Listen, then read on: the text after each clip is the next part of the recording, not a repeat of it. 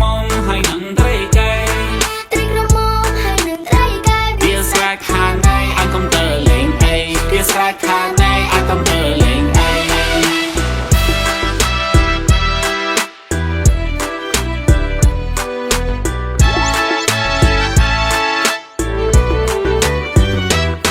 មនុស្សគ្រប់គ្នាចង់សប្បាយដូចជានឹកក្នុងបទនេះពួកគេចង់រីករាយនេះពេលវេលាដ៏ពិសេសរាំលេងកំសាន្តជាមួយភ្លេងទូស្មេរាំបងបាត់ថ្មីយើងសប្បាយគ្រប់គ្នា